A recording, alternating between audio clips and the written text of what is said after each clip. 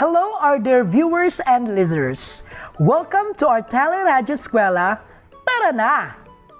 The school on-air program of DepEd Tagum City. This is your teacher host, Teacher Jason A. Lichido. Today, you'll be learning about human sexuality, its dimensions, and factors that affect it. A lesson in Health 8, Quarter 1, Lesson 1. So get your modules, your notebooks, and your writing pen. And be comfortable seated in the comfort of your homes. We would like to thank our radio partner, Radio 107.1 DXHS, where we are airing our lessons for junior high school. Thank you for your generosity. Now, this time, let me give you our teacher broadcaster, Teacher Genevieve P. Martinez. Hello, dear students! We are very glad because despite the pandemic, we can continue learning through our Teleradyo Eskwela. I am your MAPE A teacher, Teacher Genevieve Pastor Martinez. Shall we start? Our lesson for today is all about human sexuality, its dimensions, and factors. Here are our objectives for today's lesson. At the end of the session, you are expected to Letter A. Analyze the factors that affects one's attitudes and practices related to sexuality and sexual behaviors. Letter B.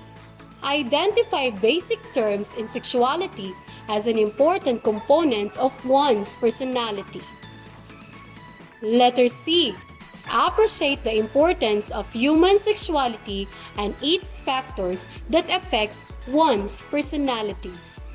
Our objectives will lead to our most essential learning competency, which is analyzes the factors that affect one's attitudes and practices related to sexuality and sexual behaviors. It is very important that you should be able to learn how to manage the crucial aspect of your personality, your sexual health, and it is also very important to have a clear outlook of yourself so you will be able to focus on your good points and develop your weaknesses. If you know yourself well, you will know what you must do to stay healthy. But before we proceed to our lesson, let us try to recall your lesson in grade 7 about the 5 dimensions of one's personality. Can you still remember? Yes, the 5 dimensions of one's personality are physical, mental, social, emotional, and ethical self. Correct! It's good that you still remember your lesson. This time, let's have a pretest to check your prior knowledge about our topic for today.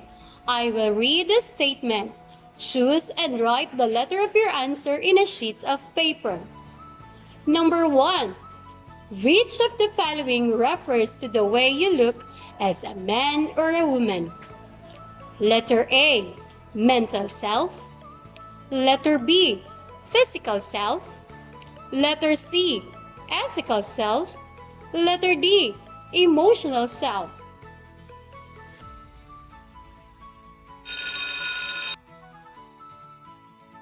The correct answer is letter B. Physical self. Number 2. Which of the following does not affect our sexuality? Letter A. Family. Letter B. Media. Letter C. Peers. Letter D. Money. The correct answer is letter D. Money. Number 3. Which of the following group of people have the skills to evaluate readiness for mature relationship. Letter A, family. Letter B, self. Letter C, peers. Letter D, sexuality. The answer is letter C, peers. Number 4. You're questioning who you are and parts of your life such as relationships, age, or career. What is this aspect of life called? A, abortion. B, bisexuality. C, identity crisis. Letter D, sexual identity. The correct answer is letter D, sexual identity. Number 5. What skill must be practiced and exercised in resolving issues and concerns? Letter A, arranging. Letter B, decision making. Letter C, evaluating. Letter D, planning. The correct answer is letter B, decision making. Did you get it correctly? It's okay if you did not. I have here some motive questions. What comes into your mind when you hear the word sexuality? Why is it important to study human sexuality? How does the factors that affect one's personality? Listen attentively and find the answer in our discussion. And today, we are going to discuss the following. Sexuality as an important component of one's personality. Sexuality is an essential part of what we do and who we are. It is the way in which we experience and express ourselves as a human beings. It is the entire expression of an individual's self-concept. It involves the name given at birth, the toys played with, the garments worn, the bodies played with, the rules and responsibilities at home. Sexuality provides a sense of self-worth when sexual understanding is positive. Let's move on to gender and human sexuality. Gender and sexuality are the two issues that influence your life as a young person. These two concepts have some significant impact on how you view yourself and deal with other people, especially with the other sex. Sexual feelings are normal and healthy. As a teen, you'll experience a heightened desire to explore your sexuality. This is completely healthy and normal. Remember that sexuality encompasses our whole being. Managing sexually related issues should be set up on values, particularly self-respect and respect for others. The following are the key terms related to gender and sexuality. Number 1, sex. Sex is the biological basis of being a male or a female. Number 2, gender. Gender is a social view on how men and ladies should think, feel, and act. It refers to femininity or masculinity of an individual's rule and behavior. Number 3, gender equality. Grants man and woman equal enjoyment of human rights. Number 4, sexuality is a basic part of what we do and who we are. It is the way in which we experience and express ourselves as a sexual beings. Number 5, gender rule refers to certain rules, characteristics, and expectation of how a person should feel, think, and act as influenced by parents, peers, and society. Let's move on to dimensions of human sexuality. Sexuality involves physical self, mental self, social self, emotional self, and ethical self. Physical self is the way you look as a man or a woman. Mental self is the way you think as a man or a woman. Social self is the way you interact with others. And emotional self is the way you feel about yourself and others.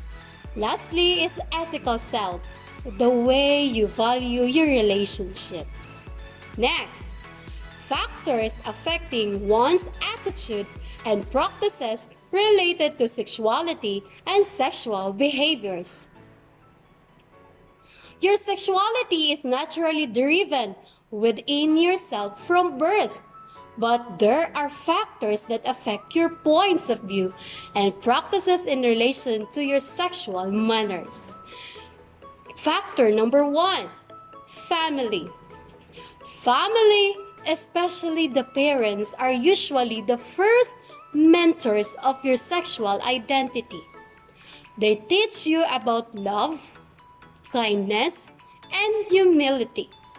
Family's relationship lays the foundation of your personality, life options, and total behavior. It can also affect the strength of your social, physical, mental, and emotional health. Values and expectations are just two ways that family could influence your attitude and sexual behaviors. Making a strong connection within your family is significant in nurturing yourself. Number 2 factor, culture. Cultural background can affect your values regarding sexuality. Sexual identities and orientations, the contents of sexual behavior, and the social consequences of these behaviors vary largely across cultural context. You start acting and behaving in ways that are suitable to such a culture. Your dress, sense, grooming, language, belief system, and attitude become shaped to suit into that society, which causes you to become accepted by them. Number 3 factor, peers. Like your family, your friends can also have an important impact on your views on human sexuality. As an adolescent, you may begin to spend more time with peers, friends, and classmates in your age group. As a result, their values and beliefs may influence you. Choosing your peers are important because they influence you every day.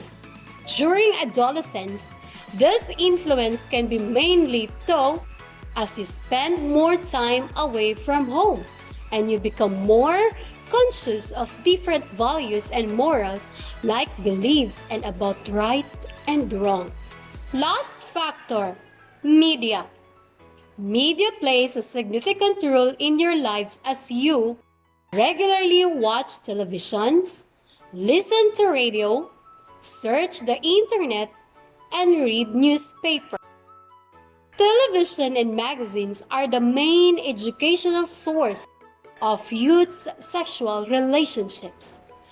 Media plays a big role in shaping our sexuality because of how they portray figures of females and males in music videos, magazines, commercials, television, and many more. They create exaggerated standards which influence how you think in yourself. Now that we are done with our discussion, let us try to get back to motive questions that are given earlier. Number 1 question is, why is it important to study human sexuality? Yes, it provides you with knowledge and skills to establish and practice helpful behavior. Number 2, how does the factors affect one's personality? Indeed, it helps build good relation and understanding to ourselves and to others. That ends our discussion. Did you understand?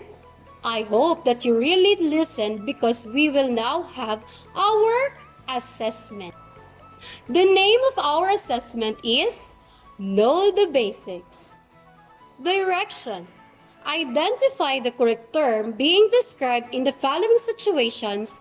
Choose your answer inside the box and write them on a separate sheet of paper.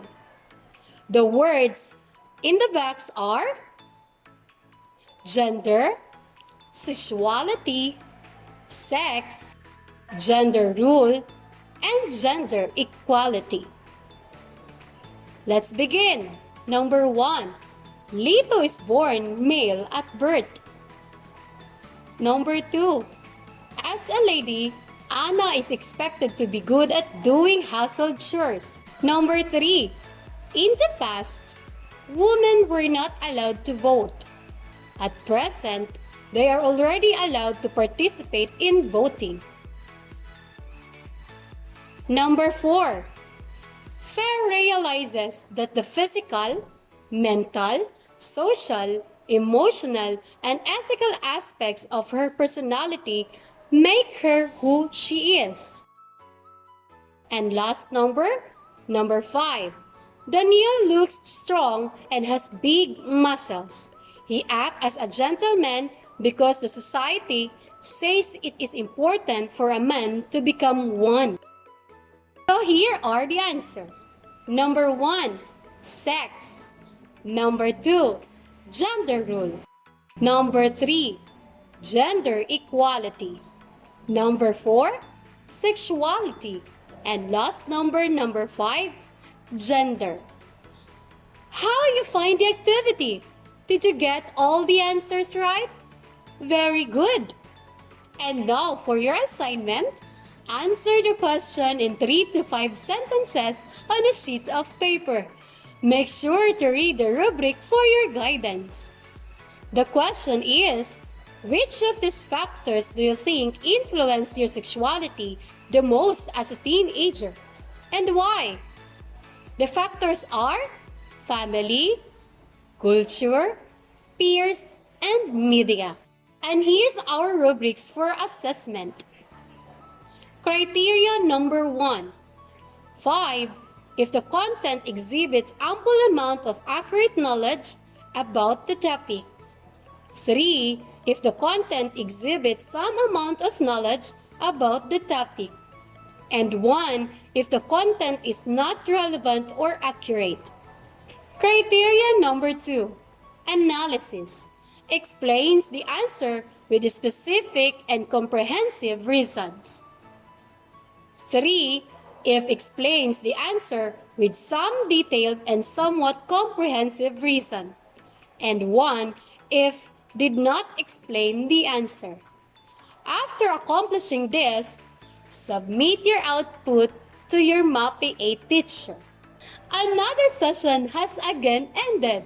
I hope that you learned a lesson from our discussion today.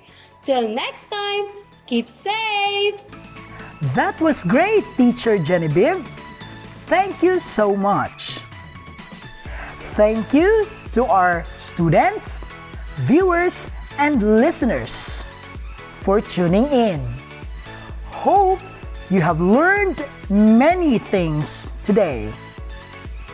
Until our next episode, stay tuned in for our next subject. Bye for now!